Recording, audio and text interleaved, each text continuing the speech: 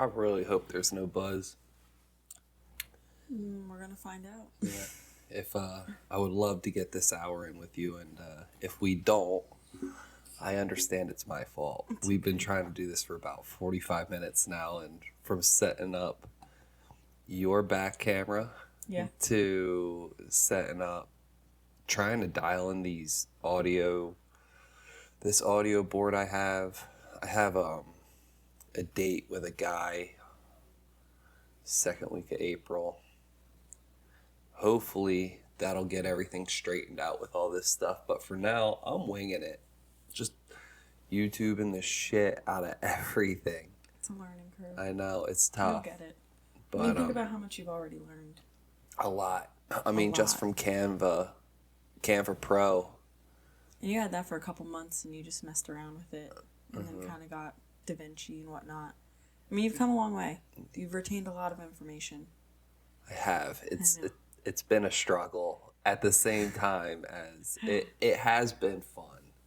I like learning, but as you know, when I start getting into something, it's like a black hole. Yeah, I get engulfed. And you get hyper fixated. You're like, you learn something and you get to the point where you want to master it, and you're gonna do whatever you have to do to master it. Yeah, that's just how you are. Sometimes it gets to be a pain. No. But hey, I want to do it. I feel like this is gonna make you and I talk more too. You know, just have fun. But I think the purpose of this hour is to really talk about your band. Okay. I know we didn't talk about anything, but I do have, I think it would be just a good podcast. I mean, you are the lead singer of a band, Toolshed Jack. I mean, we can start from the very beginning again, like where you started and all that stuff. All of that. But yeah. As far as my music. Yeah, let's start from the very beginning again. I know we touched on it a little bit in this 6-minute video, but not everybody's gonna listen to that. So let's get down to the basics. Okay. When you first started elementary school with your sister, you had a talent show. Yeah. Tell me about it. I know I've seen the video. Actually, Sam didn't do that one with me. That was in junior high. Okay. So it was, I went to Catholic school. Yes. Yeah. So 6th grade was our first year in public school. So for me to be involved, I did stage crew, like just organizing the talent show. And I think it was student council now that I think of it, but they needed someone to test the microphones. So I went out there and they played a backing track to a song I knew, and I ended up singing along with it. And that's when they were like, wait a minute, why is Mick not singing in the talent show? And then I kind of from there did musicals and did anything music related that I could get my hands on. I'd be singing in my room all the time. But then I did drama club through high school, and then they did musicals. And I remember I landed the lead role in, I want to say 8th grade. I landed the lead role in a musical. For what? Godspell. Okay. And usually the way the hierarchy works in high school is seniority roles where no underclassmen get a lead role. Yeah. Was that welcoming, or were they kind of like, oh, what is she doing There were some here? people who were feeling some type of way, especially the people who auditioned for the same role that I did. But it also got me out of my shell. I was not very confident at that age. I was not the kind of person to want to walk out there. I was very introverted. Sam was very extroverted. My twin sister. And how old, roughly? 8th grade. Okay. So what is that, 13? 13. Yeah, my daughter's age. Yeah, 13. But the drama club was kind of my outlet to do something of my own and not be in my sister's shadow. So I put myself out there, and music was the only thing that I really felt super confident in myself. So, I did that through high school. And then after I graduated, I cried, like we talked about, because I thought my music journey was over. And I thought that I would never do it again. So. And then that's when you got into the acoustic scene. Yeah, I actually took a couple years off, though. Yep. I actually went to college, just kind of said I'm never going to do music again. And then I realized I didn't want to give it up. So then I got back into the music scene, kind of figured out how to go about doing it at the time. And I started to find guitar players that I would just sing with, because I can't play an instrument. That's probably my only regret in life, is not learning how to play something or read music. So It's not really too late though. no, I know it's not, and I would love to learn, but that's my only regret, is not learning how to play myself. Yeah. But I tell everyone that my voice is my instrument. So. It is. It's. Yeah. I love your voice. Well, thank you. I mean, you were just singing to the baby out back Yeah. during dinner and grabbed your phone. If my camera wasn't smashed, I'd grab mine, but grabbed your phone and just start recording it. I love it. It's my favorite thing. Yeah. It is. I mean, there's a million great qualities about you, but your voice is healing. You know, I love it, Well, thank you you. know, and I'm sure the baby's going to love it. I hope so. I sing to her all the time. And leading back to just how I got into the band stuff, you know, I did acoustic for years, and then the band reached out to me. It was actually my keyboard player reached out to me, and at the time I said I was going to do it. It just didn't work in the cards for me. And then That would be Brian. Brian, yeah, reached out. And then about 2 years later, they were back in the same boat of losing their lead singer. Because Toolshed Jack has been around for almost as long as I've been alive. Yeah. Over 20 years. Yeah, the guy started off in high school. We'll get to that. Yeah. Then. We'll get to that. So then Joel, the guitar player, reached out to me 2 years after that and said, hey, we're in the same situation, deja vu. Do you want to be in a band? And I was like, yeah, you know what? I do. Like, I want to try this. Let me tell you, that was probably the most underestimated that I went into a situation in my entire life. I thought that by me doing the acoustic stuff that I would be prepared, that I was prepared to lead a band, to be a front person. And I remember I went there to try out, and I was so scared. I'm like, okay, I don't know these guys. Like, I really want to do well. I really want to do this. Well, they ended up saying they wanted me, surprisingly. And then we had our first show, which was way out north. It was at Higgins, which most people probably never even heard of it. I never even heard of it at the time. And it was an outdoor show, and it poured. Nobody showed up. And I think it was by the grace of God that nobody showed up, because it was awful. It was absolutely terrible. And I remember they at the time were playing Disco Inferno, which we don't do anymore. And Joel walks up to me after the song and he goes, you just got to listen to it. And I remember my stomach went bloop. It's like, I'm going to throw up. Like, I was so upset with myself. I'm like, what did I get myself into? I thought Joel hated me. Yeah. And I remember at that moment, I'm like, in my mind, I'm like, I'm going to make him like me. I'm going to make him like me. Because I just wanted to impress the guys. But that was when it really hit me that I'm like, this is a total different entity. Is this than when acoustic. Your parents went with you? Yeah, my parents wanted me to try out, and then this they came is to when the we first show. very first started talking. talking. Mm-hmm. But it was actually, it was a learning curve. It was a really learning curve, and I watched videos of myself from 4 years ago to now. Yeah. And the growth is just, I sit there and I do pat myself on the back a little bit, because I'm like, I really have come a long way. Vocally, performance-wise. Yeah. Yep. That was a 2024 promo. That was at the Stitch in Tamaqua. It's always kind of nerve-wracking when you have a videographer there, because you know they're there. You know they're there filming you, and you're like, okay, I got to really put on my best show, you know? But that's me in my element, and that's what I love to do, and I don't ever want to stop. And I know it's going to come a time that I do. You don't have to. I mean, you really don't. I mean, even when the guys are older and they want to stop and they want to slow down, you're only building a bigger network. Mm-hmm. You know, you're only gaining more people that know who you are. You're only gaining more followers. You're only gaining, or however you want to say it. You know, you're only And I don't plan to growing. go any bigger than this. Like, honestly, it's such a blessing being with the guys that I'm with, because one of the things that I talk to them about is chemistry. It's so important to have chemistry with the people you're playing with on stage. Because if you don't have that, there's something missing. And it makes it a lot less fun. It becomes more of a job. You know, I feel like I'm hanging out with my best friends when I'm on stage. And that's what, oh gosh, no. Oh no, don't. No, it's not even up yet. Yeah, gosh, that just took me back. Yeah, but we're gonna get into that because that's before Toolshed, I know. and I want to talk about all your singing.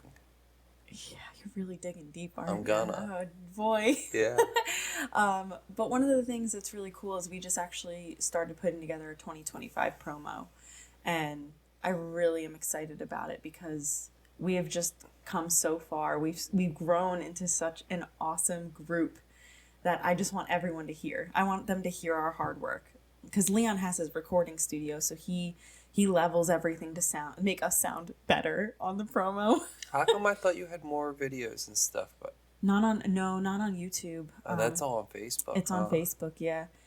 It's funny, Dad actually created my YouTube for me. He's like Okay. one of my biggest fans. I remember when I was doing the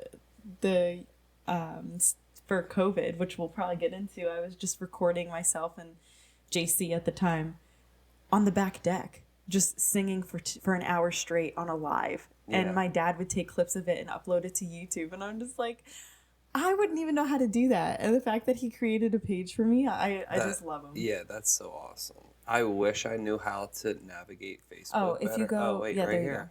go. Yeah. No, keep going. Yeah. There you go.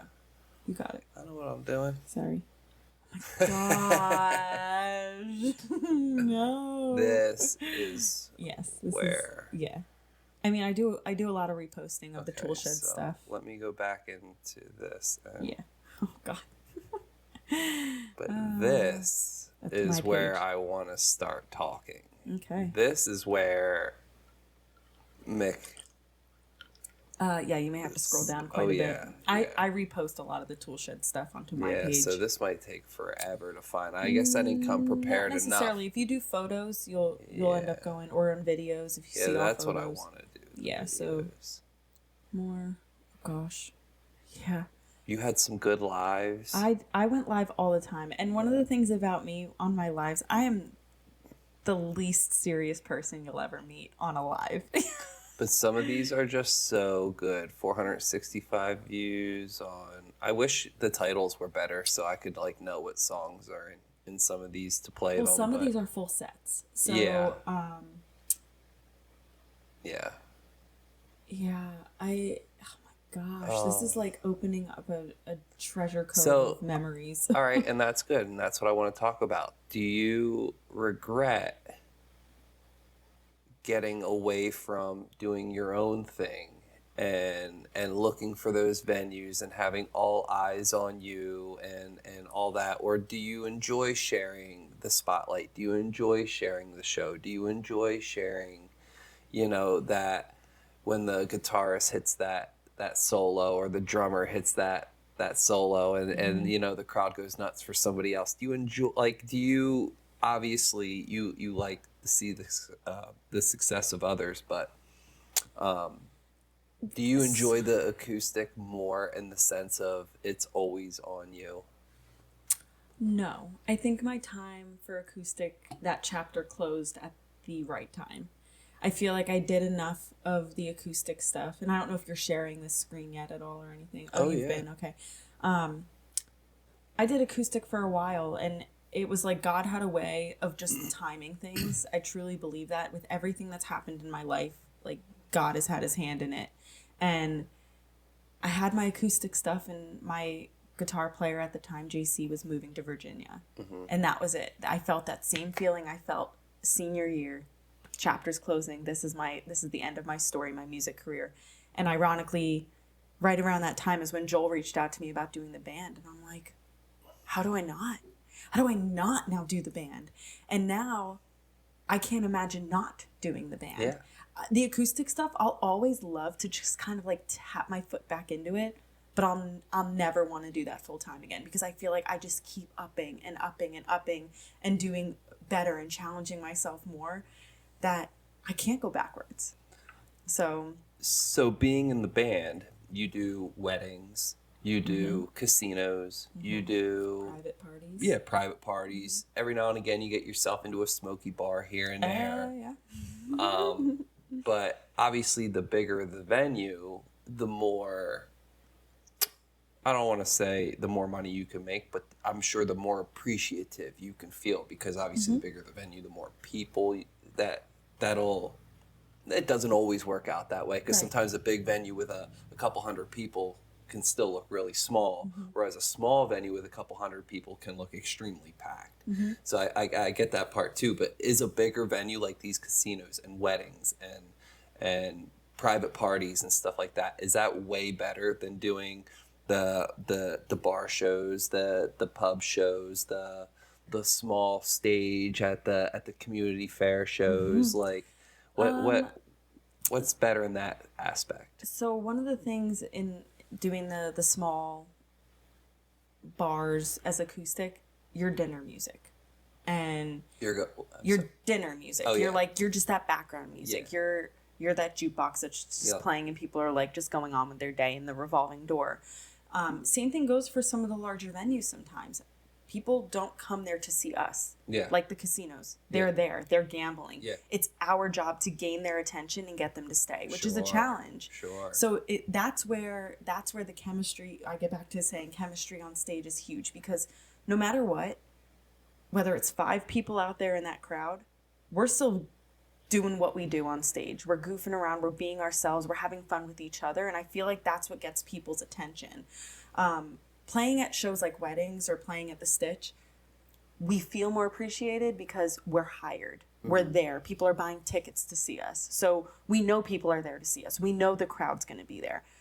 But I love playing the casinos because I love the challenge of being like, let's see how many people we can get. You know, you start off the show a little slow, not too many people, and by the end of the night or in the middle of our second break, people are like, when are you guys going back on? Are you playing another set? And that is the most rewarding. People trying to buy you drinks and stuff, not realizing you got to drive 2 hours. Right. Trying to buy you drinks. So speaking of that, what's your favorite casino to play at? Do you like the closer ones because of drive time, or do you like farther ones because of better stage? Do you have a better group at certain spots? Like, do you like playing at breakers inside the one compared to being center stage inside the other? Like, you know what? All are different vibes. Yeah. All are different vibes. So Breakers is not a restaurant. It's just a straight drinking bar. Yep.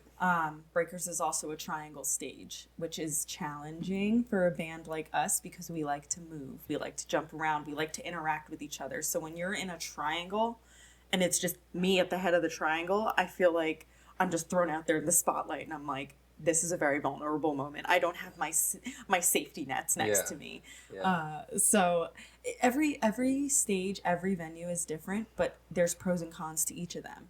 I will say it, I do not prefer smoking venues. It wrecks my voice. It is something that I'll always end up just dreading going into. Yeah.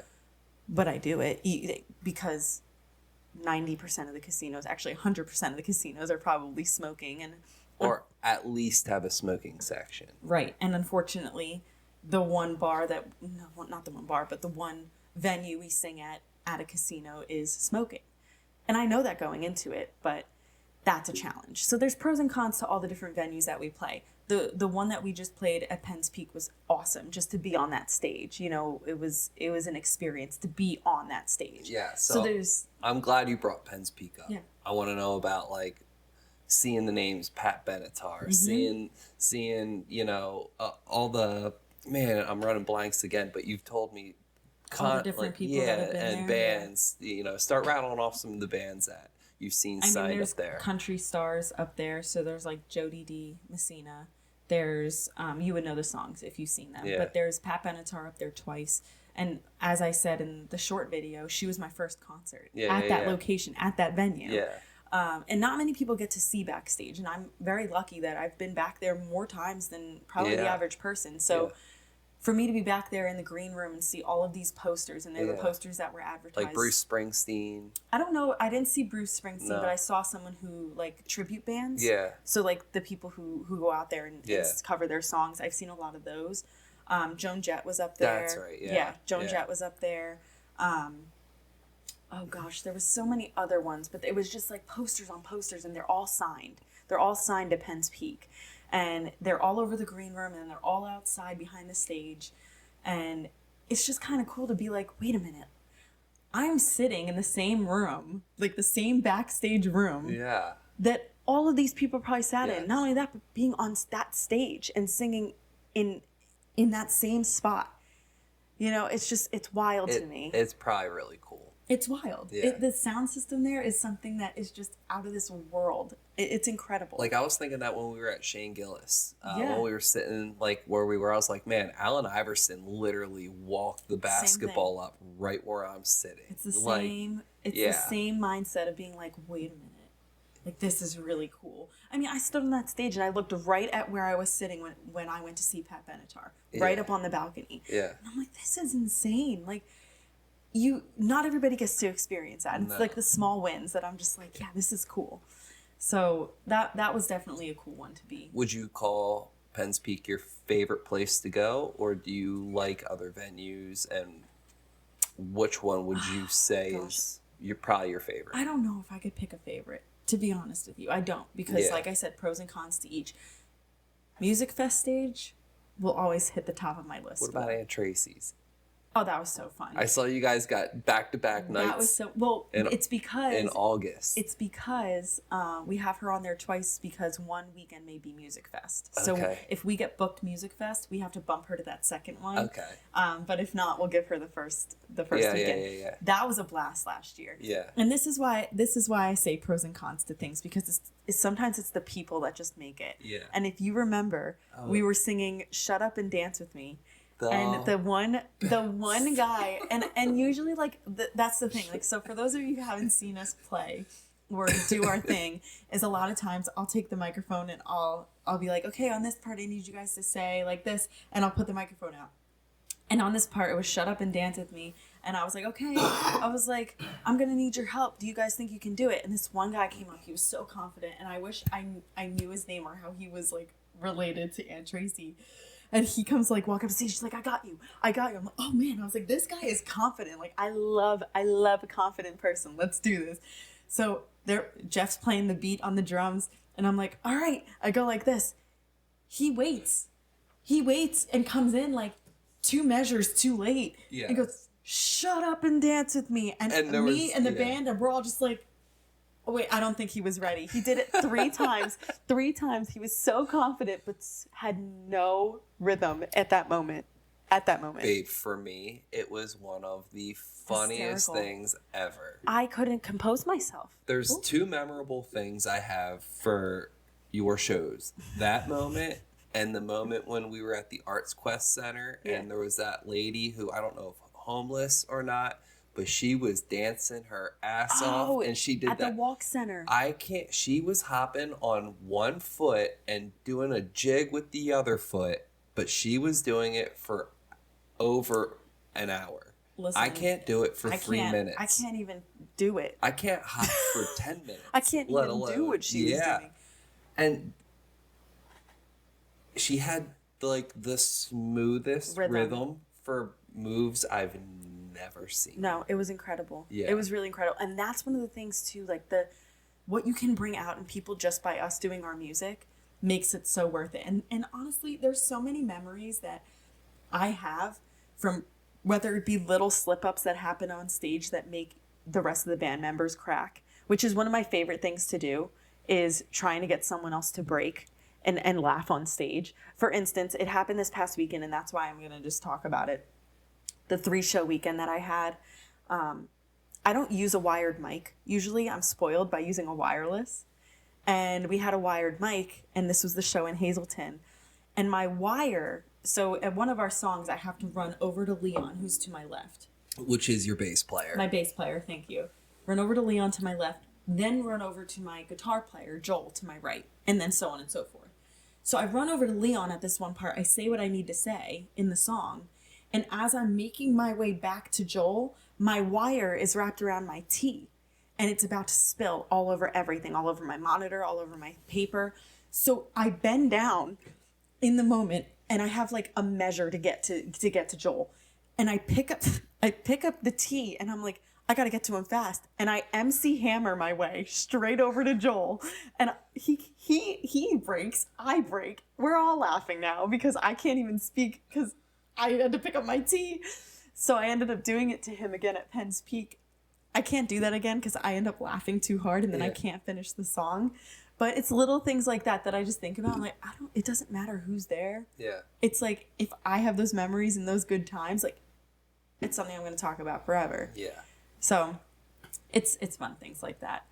But yeah, I love it. I love music. Music is just, I could talk about it forever. It's something that's just ingrained in me. And you know that from the time that we even started talking. A lot of questions that people have for me when they ask me at work are, what kind of songs does your wife sing? Like, what kind of songs does your wife play? And I'm always like, just like wedding music, like alternative music, you know.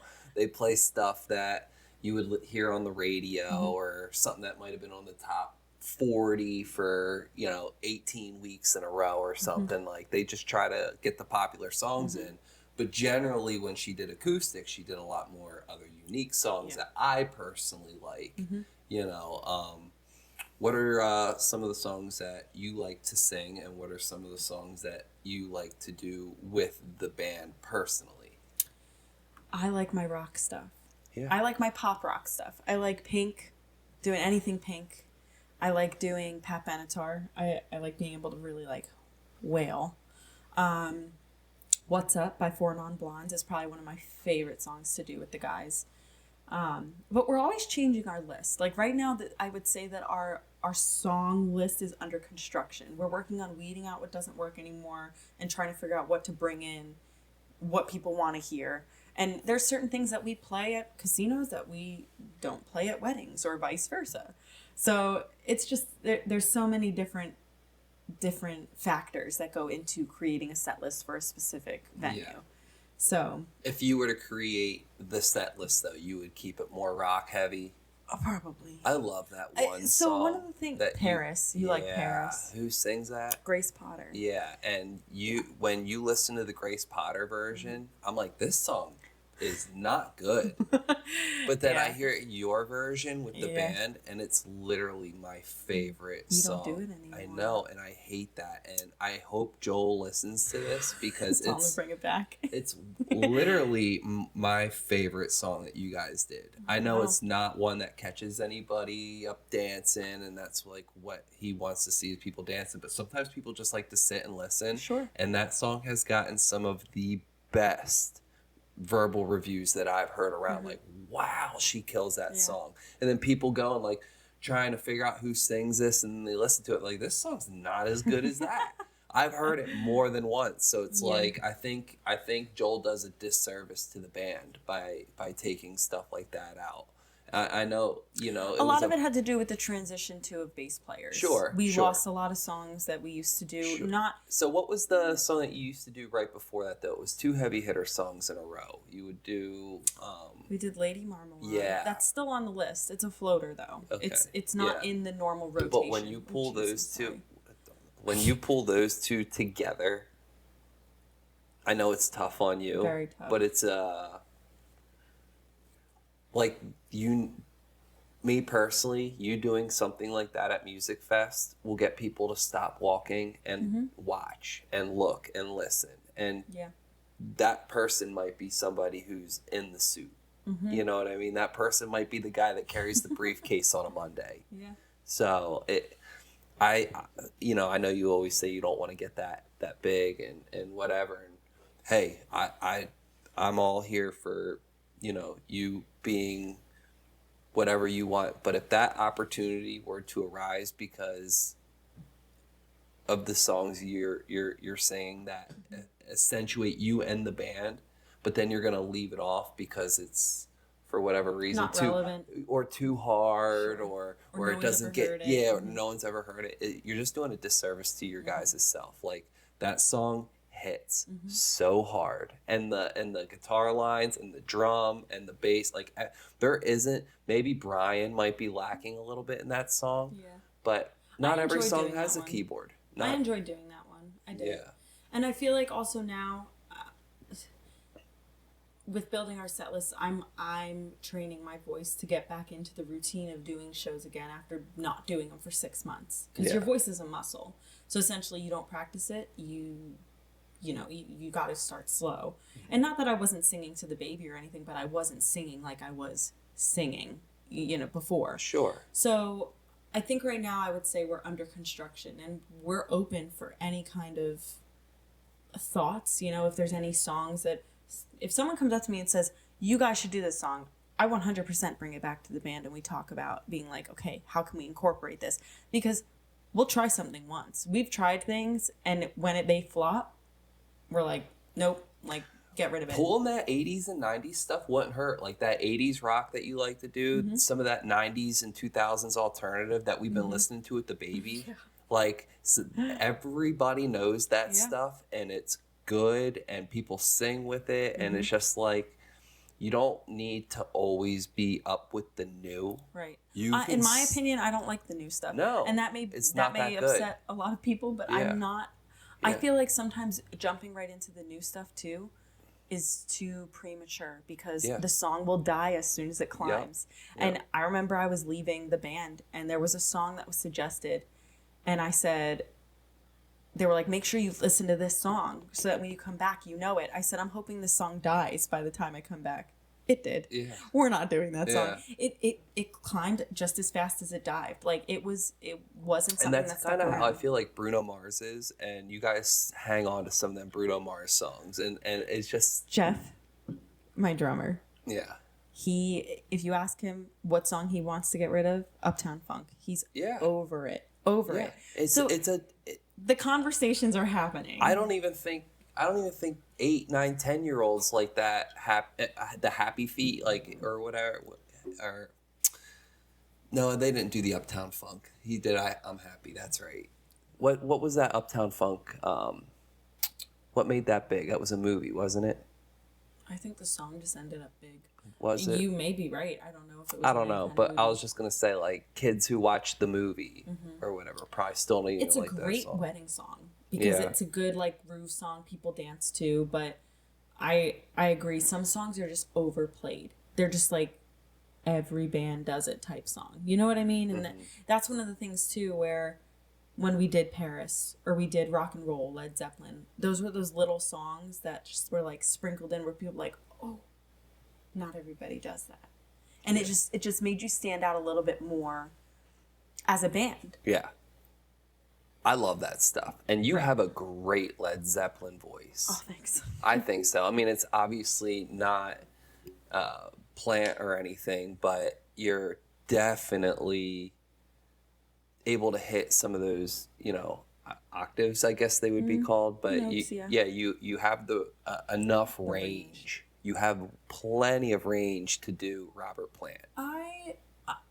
I'm my biggest critic, so like I underestimate myself. So when I listen back to myself sing, I'm constantly going, that was flat or that was wrong. I need to fix this. I can improve this. How can I change this? I'm constantly analyzing my voice. So when I receive compliments, like you just said, that I have a great voice to do, I sit there and go, do I? Yeah. And that's the thing. I'm always doubting myself to a point where I'm like, should I even be doing this? I'm getting paid to do this? Like, people pay to hear me sing this? Yeah. So that's one of the things, though, that I have to say I hate and I love about myself. The fact that I criticize myself pushes me to do better. But I'm never satisfied.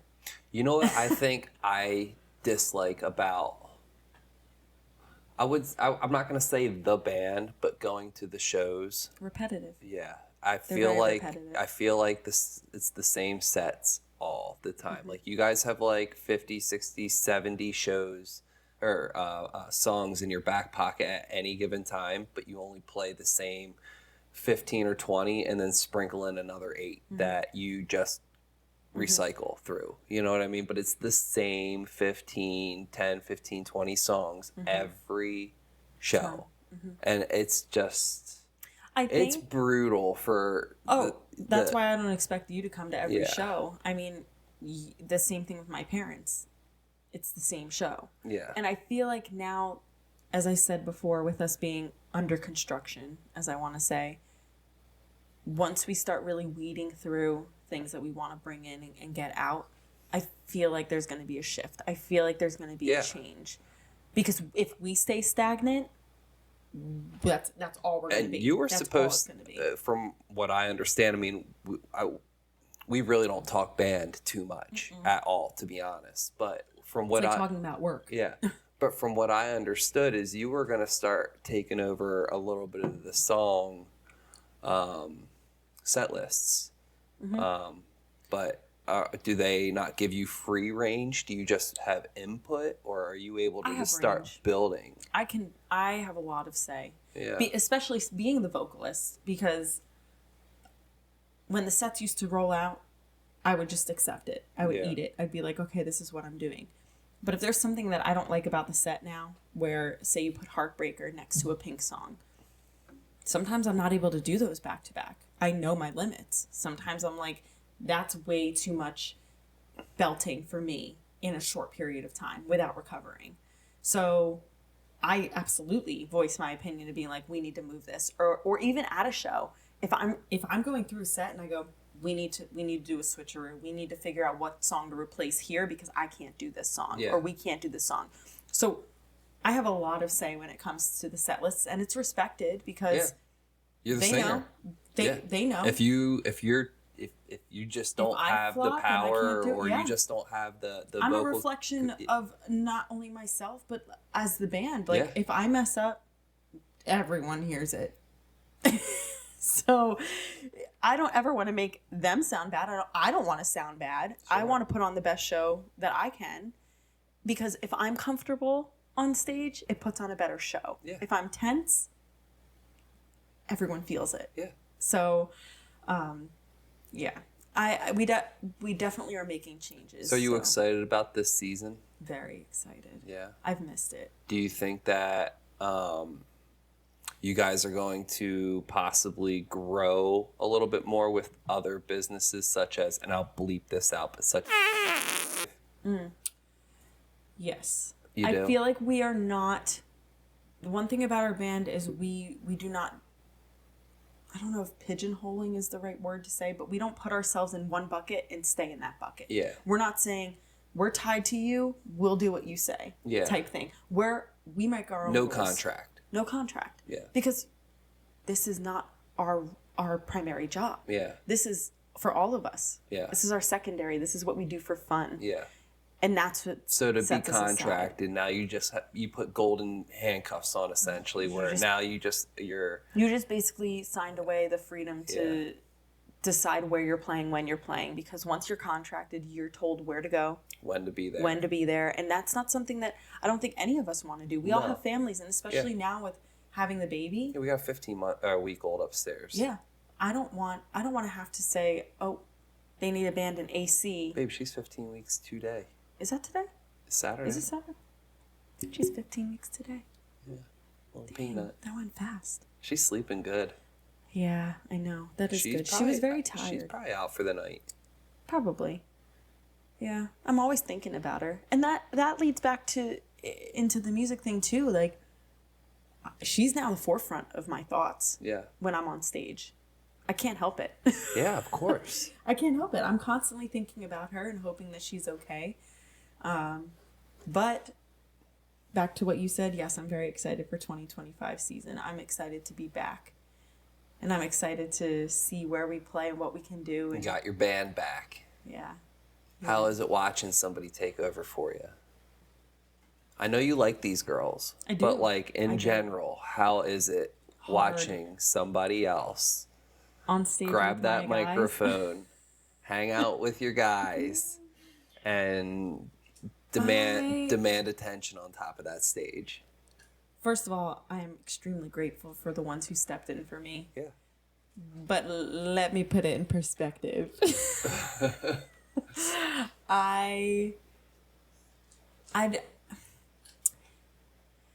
Being the front person of the band, this is a tricky question. I have to watch how I answer this. No, you don't. I don't want it to come out There's wrong. No disrespect to these girls. No. There really isn't. It's hard. It's hard watching somebody else up on stage doing what I do with my band. Yeah. They're not my band, but with the guys. Like, you always get nervous, and it's always something in the back of your head where you go, what if they like her better and I'm out of a band? Like, it's the fear. But no, it's never a good feeling to have someone do what you are used to doing and watch someone do what you are used to doing or what you love to do. Can we watch you real quick? Sure. Yeah, I think we're gonna. Jeez. This is gonna play throughout. I don't know how this is gonna sound through the mics because I don't have it coming through. We're gonna find out. You But know what? 2025's promo is gonna be a lot better. A lot better. Give me a second. Let me try something here. We'll have to do like a follow-up when the 2025 promo is out just so we can hear that, because there's a lot that's going to be better as far as the sound, because we have a professional working behind the audio. So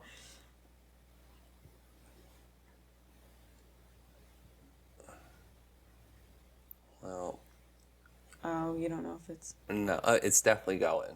Oh, okay. We're not going to be able to hear That's it okay. too good. That's okay. Like I said, this is 2024, so the audio's a little funky, and it never sounds good coming through phones. Brian, Yeah, Brian. Steve. Yep.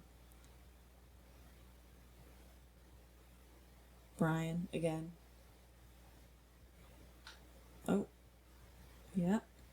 It's me and Jeff and me. That's fun. It is fun. Yeah. It's a lot of fun. Yeah. I just love it. There's something about it. Yeah. There's something about the adrenaline of being on stage and just doing what you do, and I don't know. I'm just very lucky. I'm very lucky to have the ability to do what I love half the time, and that's what I always say. I have a full-time job, but I get to do what I love half the time, and this is it. Well, I personally think everybody should take a listen at some point in time when you get out to Wind Creek. I mean, you're always posting Yeah. where you're going to be next, and it's such a local show. Sometimes you do the place right in front of the PPL Center. Yeah, the sports social. Yeah, sports and social or something Yeah, like something that. like that. Because they just recently opened, I think. But So that's a really cool venue. You got places in Blue Mountain. We play Blue Mountain a lot. Yeah. Yeah, I was running a blank. I was Yeah. like, well, where else close are you at? Yeah, we play Blue Mountain a lot. We're hoping to try and get into more places closer this way. Music Fest. We're really hoping that we get in. You guys killed it That was last so year. fun. I don't know why you wouldn't be able to get there That was again. so fun. And you remember how hot it was under it that was tent. so hot. And I was, 5 months pregnant at the time? Everybody had such a good time. It was so place fun. was packed. It was packed all the way out to where people were walking. Like the camera guys were even saying that it was the best show of the week. And Like, it was awesome. Oh, we got a crying baby. she's not crying yet.